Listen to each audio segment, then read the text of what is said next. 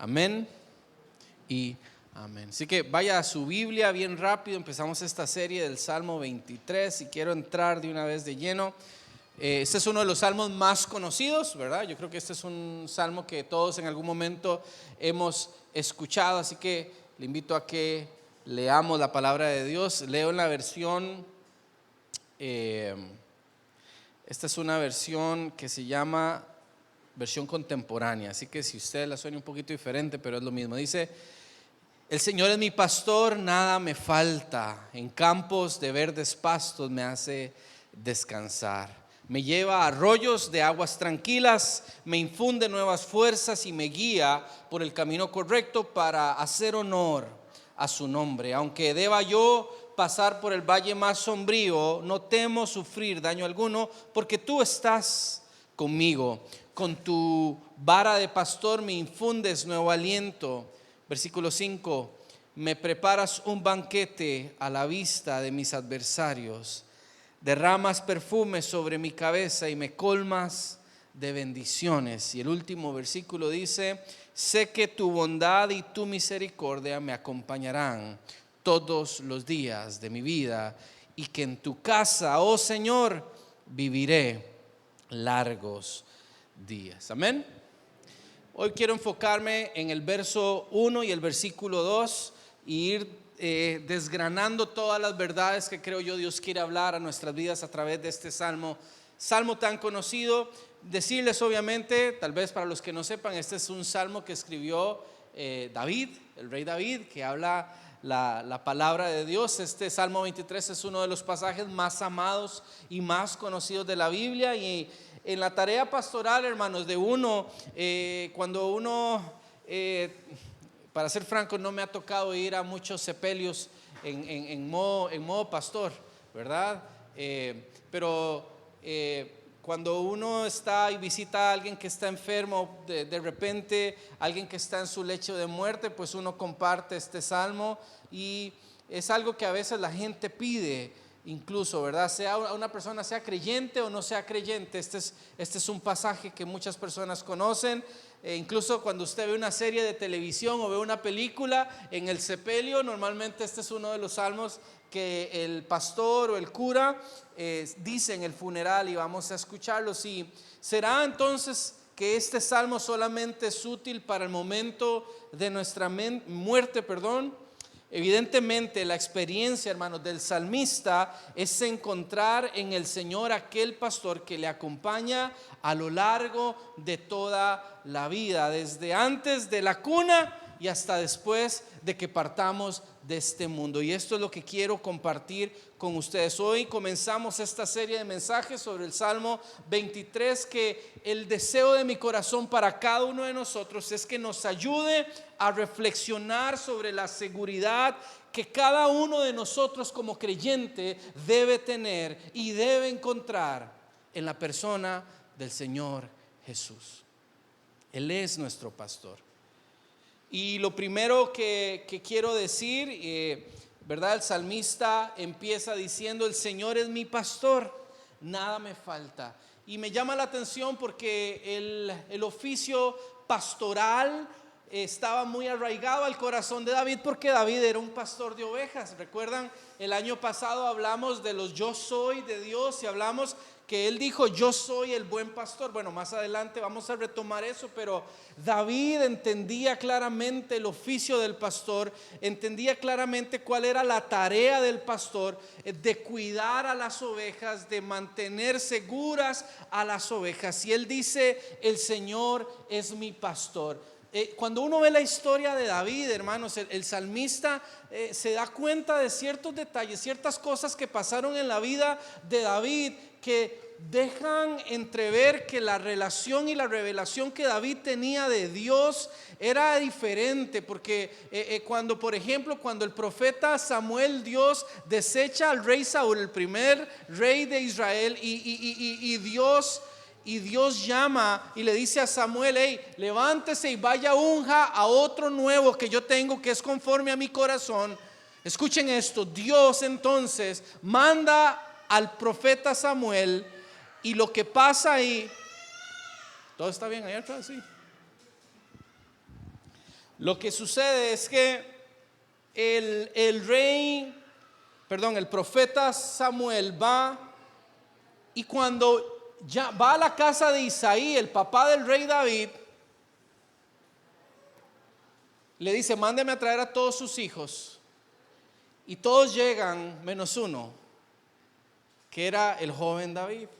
Y entonces, ¿verdad? Samuel va con cada uno de esos hombres. Unos eran hombres guerreros, de hecho hombres de guerra que estaban luchando contra el ejército de los filisteos.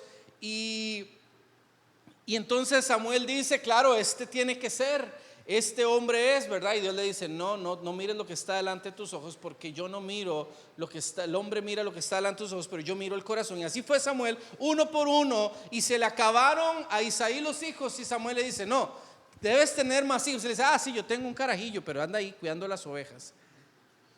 Eso deja entrever que David sufría un tipo de rechazo por parte del papá. Es como que en su choza, en mi casa, hagan fiesta y hagan arroz con pollo y ensalada rusa y coca cero, para inviten a todos menos a uno. Que papá y mamá hagan una fiesta y le avisen a todos menos a mí. Así se sentía David en esas largas noches, cuidando a las ovejas, pastando, llevando a pastar a las ovejas, protegiendo a las ovejas de las fieras de la naturaleza. Y David tenía una revelación del pastorado de Dios, y él le dice: Jehová, o el Señor es mi pastor, ¿verdad? Y esto es atribuido a Dios en el Antiguo Testamento, pero en el Nuevo Testamento esto es atribuido a Jesús. Por ejemplo, en la predicación de Pedro en Hechos capítulo 2, versículo del 21 y 36, la cita del profeta Joel, ¿verdad? Jehová se refiere a Jesucristo, así como que la expresión de Jehová es mi pastor no se ha de entender sino de otro modo, sino a través de Jesucristo. Jesús es el Señor, es igual a decir Jesús es Dios. Esta frase le costó la vida a muchos de los primeros cristianos. En Juan capítulo 10, versículos 7 al 18, eso es lo que Jesús dice de sí mismo. Jesús dice: yo soy el buen pastor, y el buen pastor da su vida por las ovejas. Yo soy el buen pastor y conozco a mis ovejas, y ellas me reconocen. Vean lo que dice Mateo, a la altura del versículo 35, dice: y Jesús recorría todas las ciudades y las aldeas, y les enseñaba en las sinagogas de ellos, y predicaba del evangelio del reino, y sanaba toda enfermedad y toda dolencia del pueblo. Dice: y al ver las multitudes, dice, Jesús tuvo compasión de ellas, porque estaban desamparadas y dispersas como ovejas que no tienen pastor. Dice que Jesús tuvo compasión. Jesús ve las multitudes y dice: porque estaban desamparadas y dispersas como ovejas que no tienen pastor.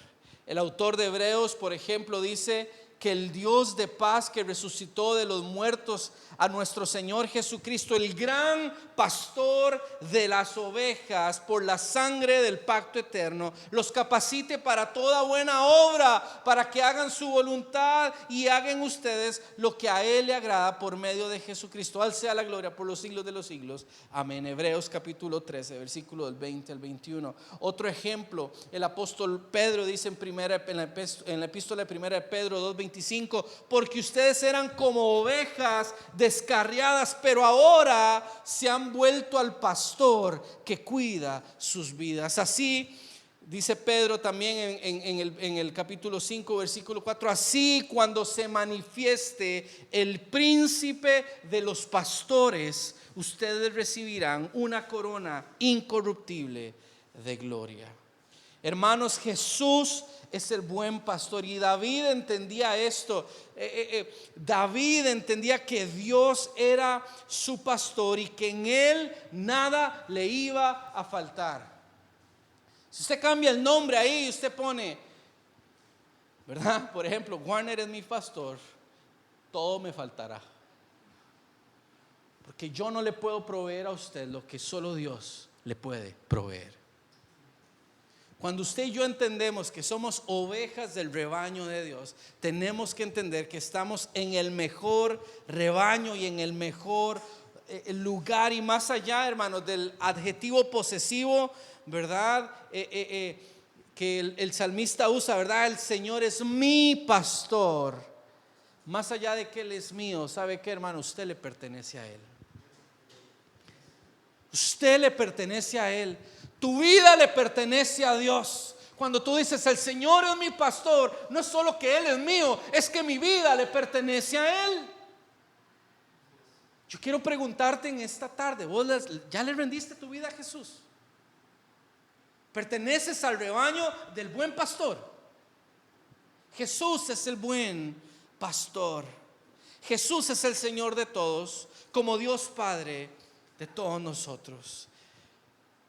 A lo largo, hermanos, del Salmo vamos a encontrar cambios en la expresión del autor. En los primeros versículos vemos, ¿verdad?, a un pastor que cuida, que alimenta, que protege a su oveja, acompañándolo a lo largo del camino. Esto lo vamos a ver en los primeros 4 versos, mientras que en los últimos vamos a ver a un anfitrión que nos recibe y que nos sirve en su propia casa. También vamos a poder ver la intimidad y la profundidad del corazón de David cuando habla del Señor, por ejemplo, mencionando lo que Él hace por sus ovejas, y cuando le habla al Señor dice: tú estarás conmigo.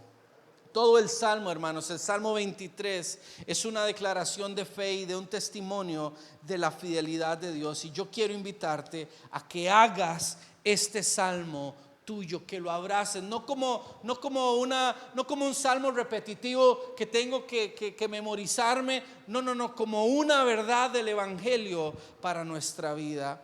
Y la segunda parte del verso 1 dice: el Señor es mi pastor. ¿Y cuál es la segunda parte que dice? Nada me falta. Nada me falta. La segunda parte de esto, donde dice nada me falta, es consecuencia de entender y creer la primera parte. Cuando yo entiendo que Dios es mi pastor, que Jesús es mi buen pastor, yo sé que a mí nada me falta, ¿verdad? A veces vivimos afanados, vivimos frustrados, vivimos inquietos, vivimos ansiosos por el mañana, por si va a haber pan, si van a haber huevos, si voy a poder comprar, si voy a poder pagar la casa, si voy a poder pagar los recibos, que el huila no se me descarríe, que el chiquito se me está portando mal. Pero cuando yo sé que Él es mi pastor, cuando yo entiendo en mi corazón, cuando yo tengo la convicción de que Jesús es mi pastor, yo puedo decir con certeza: a mí nada me va a faltar. Hermanos, usted y yo estamos bajo el cuidado del mejor pastor. No soy yo, se lo prometo, es el Señor Jesús. ¿Sabe por qué? Porque con Él tengo todo lo necesario. Hay una canción que dice: si lo tengo a Él, lo tengo todo. Cuando lo tenemos a Él, hermanos, lo tenemos todo. Con Él tengo todo lo que necesito. Todos los seres humanos tenemos necesidades, y nosotros como creyentes, como hijos e hijas de Dios, tenemos creyentes a lo largo de la Biblia. El pueblo de Dios, lo vemos, el pueblo de Israel mostrado como un peregrino errante en esta tierra, y de alguna manera nos enseña cómo nosotros en alguna ocasión y en tractos de nuestra vida podemos ser como una oveja perdida en un país peligroso que vive enemistado con Dios, y nuestras necesidades pueden ser muchas y de las más variadas, pero el buen pastor sabe lo que necesitan sus ovejas. Dios sabe lo que tú necesitas, y este salmo nos hace recordar los actos de Dios en el pasado y nos señala a Jesucristo, que es nuestro buen pastor. Por ejemplo, hermanos, ¿recuerdan ustedes cuando los israelitas anduvieron por el desierto y experimentaron la provisión constante de Dios durante 40 años en ese desierto? Dice la palabra que día tras día recibieron maná del cielo. No solamente recibieron maná, ¿sabe qué más? También recibieron lo que necesitaron. Recibieron comida, recibieron agua, pero también recibieron descanso y recibieron paz, recibieron salud y recibieron guía, recibieron ánimo, consuelo, protección, provisión, amor y vida. Dice la palabra de Dios en el libro de Éxodo. Yo le invito a que usted en su casa, si gusta profundizar en esto, en el capítulo 13, versículo 21 al 22. ¿Recuerdan cuando el pueblo de Israel iba por el desierto? Dice que una columna los llevaba de día, una columna de nube los llevaba de día, y de noche, ¿cómo era esa columna? De fuego. Ese era Dios cuidando, pastoreando a su pueblo, a su rebaño. Y cuando Dios se movía, entonces, cuando la nube se movía, cuando la columna de fuego empezaba a moverse, el pueblo de Israel tenía que moverse. Y cuando esa columna se detenía, el pueblo debía detenerse. Dios iba delante de ellos, hermanos. Y de la misma manera Dios va delante de nosotros. El Señor es mi pastor, nada me falta. ¿Sabe qué quiere decir ese nada? Ese nada me habla de totalidad. Totalidad. De la totalidad de la vida. No hay una división espiritual y material. Eso quiere decir que todas las necesidades son suplidas en el Señor, en el presente y en el futuro. Nada me falta y nada me faltará. Esta es una invitación de parte de Dios. ¿Sabe qué, hermano, hermana? A confiar. Yo sé que hay gente que aquí está esperando una llamada. Yo sé que aquí hay personas que están esperando que algo se resuelva. Usted tiene que tomar y abrazar esta palabra y anclarse a esta palabra. El Señor es mi pastor y a mí nada me va a faltar. Nada me falta en Él. Ahora, Dios prometió saciar nuestras necesidades, no nuestros caprichos. Porque ya más de uno ahí orando por un carro que no puede ni pagar el marchamo. No. ¿Cuáles son nuestras necesidades básicas? ¿Comida? ¿Techo? Y ropa. Comida, bebida, techo y ropa.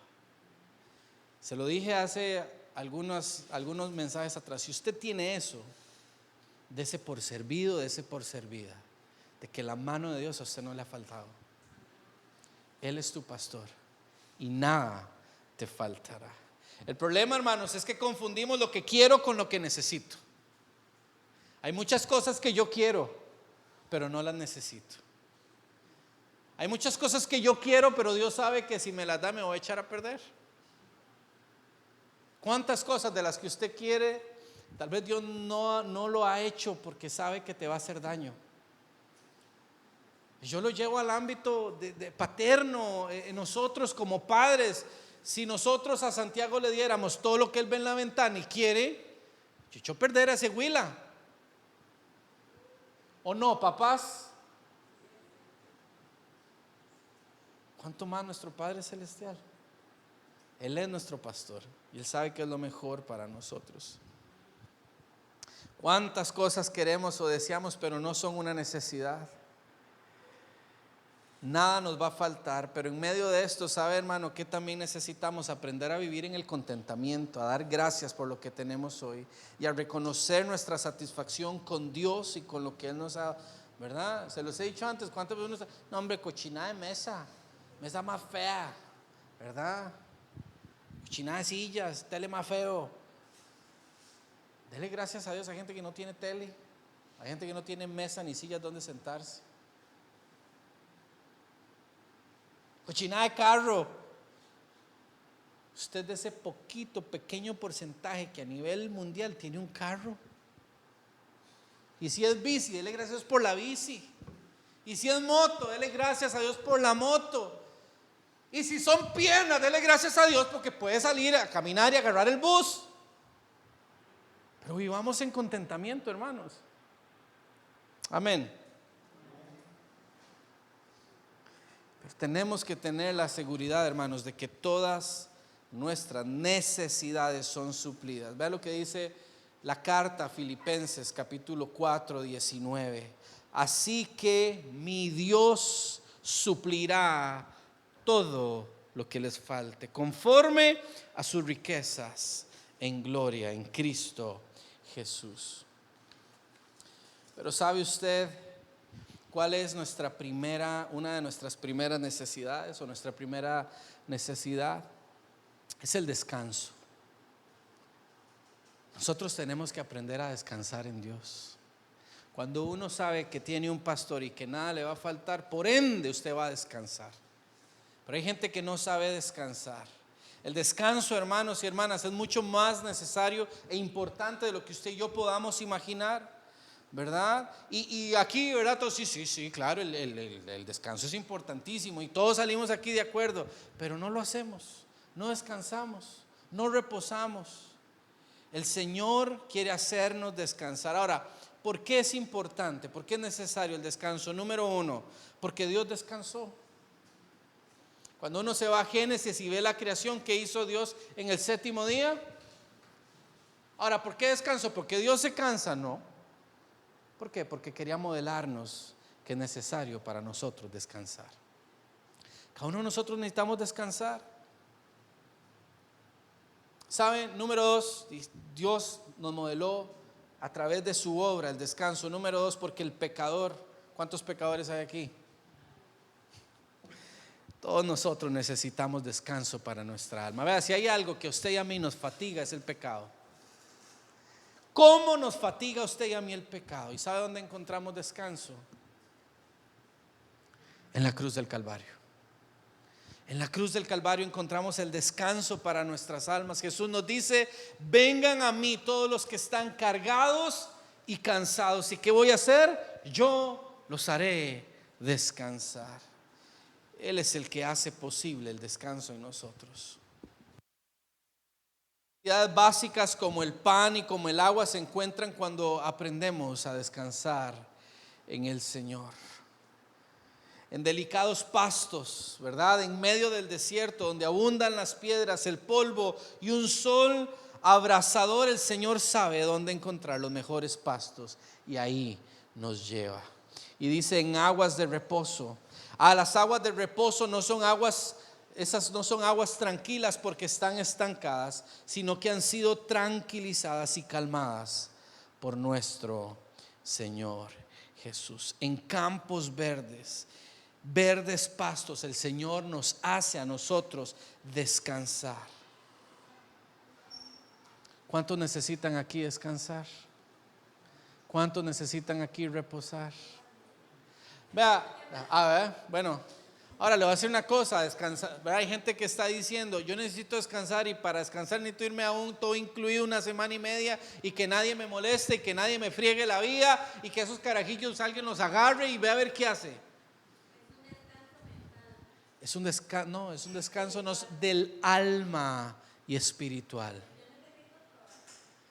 Posiblemente. Y está bien, a veces hay que hacer desconectes físicos. Pero el mayor descanso que nosotros necesitamos está aquí, en el corazón. Y el único que nos puede dar ese descanso es Jesús. Se los he dicho antes: ¿cuántas veces no está uno, ¿verdad?, a la medianoche y da vueltas para un lado y da vueltas para el otro lado, y está angustiado y está preocupado por las finanzas, por una enfermedad, por el diagnóstico, por mi hermana, por mi papá, Descanse, repose, entréguele eso a Dios, porque Él quiere llevarnos a lugares de descanso. Y tal vez usted vino hoy, esta tarde, y estás escuchando este mensaje, y venís como con un saco lleno de cargas, lleno de preocupaciones, lleno de angustias. Hoy yo quiero invitarte a que traigas todo eso y lo dejes a los pies del buen pastor que se llama Jesús, porque solo en Él podemos encontrar descanso. Hermanos y hermanas, qué hermoso y cuánta paz trae a nuestras vidas confiar en un Dios que es confiable, confiar en un Dios que nos conoce y sabe lo que necesitamos. Y no solo sabe lo que necesitamos, además Dios nos escucha. Tienes un Dios que no es de palo, que no es de yeso, es un Dios, dice la palabra, que inclina su oído para escucharnos. Podríamos entonces darnos satisfechos con saber que Dios sabe y nos escucha, pero Dios no se queda solo con saber y con escuchar. Dios responde. Dios responde. ¿Cuál es tu necesidad en esta tarde? Tráela delante de Dios. Dios responde. Dios las conoce. Dios sabe cuáles son tus necesidades. Dios escucha tus oraciones y Dios responde a nuestro clamor. Vea lo que escribe el profeta Isaías en el capítulo 30, versículos 7 y 15. Dice: la ayuda de Egipto será inútil y endeble. Por eso, a gritos les hice ver que su fuerza consistía en mantenerse quietos. Así ha dicho el Dios el Señor, el Santo Israel. La salvación de ustedes dependa que mantengan la calma. Su fuerza radica en mantener la calma y confiar en mí. El profeta le dice al pueblo, Dios a través del profeta le dice: la salvación de ustedes depende de que mantengan la calma. Qué difícil, hermanos, es mantener la calma cuando todo está patas para arriba. Qué difícil es confiar en Dios cuando uno no ve nada. Estamos estudiando con los hombres, ¿verdad? Cuando el agua está hasta el cuello y uno no ve nada y está esperando y necesita un rayito de esperanza para saber que Dios está con uno. A veces Dios lo único que le pide a uno es: quédate calmado, déjame trabajar, no me estorbes. ¿Sabe cuándo no le estorbamos a Dios? Cuando aprendemos a descansar.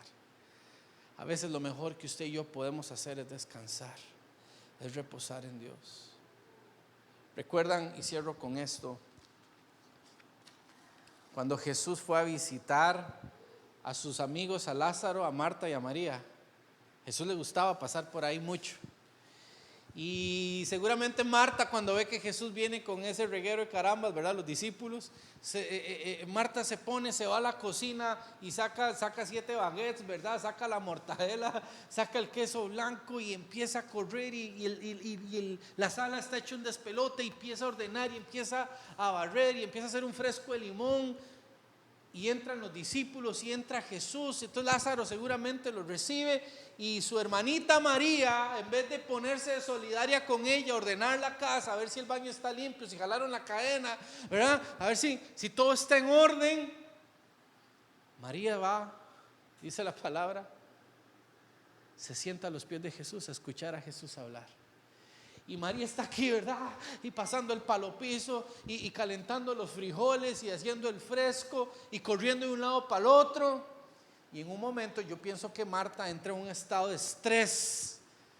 Y entonces se vuelve a donde Jesús y dice: Jesús, véala, vea esta que no me ayuda. Yo aquí poniéndole, limpiando, alistando los sándwiches, el fresco de limón, revisando todo, que todo esté lindo. Y esa ahí echada. ¿Cuántos han tenido gente así? No, nadie. Algunos se hacen. Y Jesús le dice una de las cosas más increíbles. Le dice: Marta, Marta, afanada y turbada. Le dice: relax, cálmate. Sosegate, porque tu hermana María ha escogido la mejor parte, la cual no le será quitada. ¿Qué quiero decir con esto? Que lo que Marta estaba haciendo de ser proactiva, de alistar todas las cosas, estaba mal. No, el problema es que ella se angustió, ella se estresó y no supo discernir el momento para descansar. Usted y yo tenemos que saber cuándo parar. Hay gente que no para. Hace un tiempo les compartí una frase que dicen los hermanos, los gringuitos, es let go and let God. Deje ir y deje a Dios. ¿Cómo nos cuesta dejar ir? ¿Cómo nos cuesta pasarnos del asiento del conductor al asiento del acompañante? ¿Cómo nos encanta a nosotros tener el control de las cosas? Y el Señor aquí nos está diciendo, el salmista dice, el Señor es mi pastor, nada me faltará. En lugares de delicados pastos nos hará descansar. Junto a aguas de reposo me pastoreará. Déjese pastorear por Dios. Usted haga su parte y deje que Dios haga el resto. Usted levante la parte que a usted le toca, pero deje que Dios levante la parte más pesada, porque esa es la parte que usted y yo no podemos hacer. Pongámonos de pie, hermanos, en esta hora.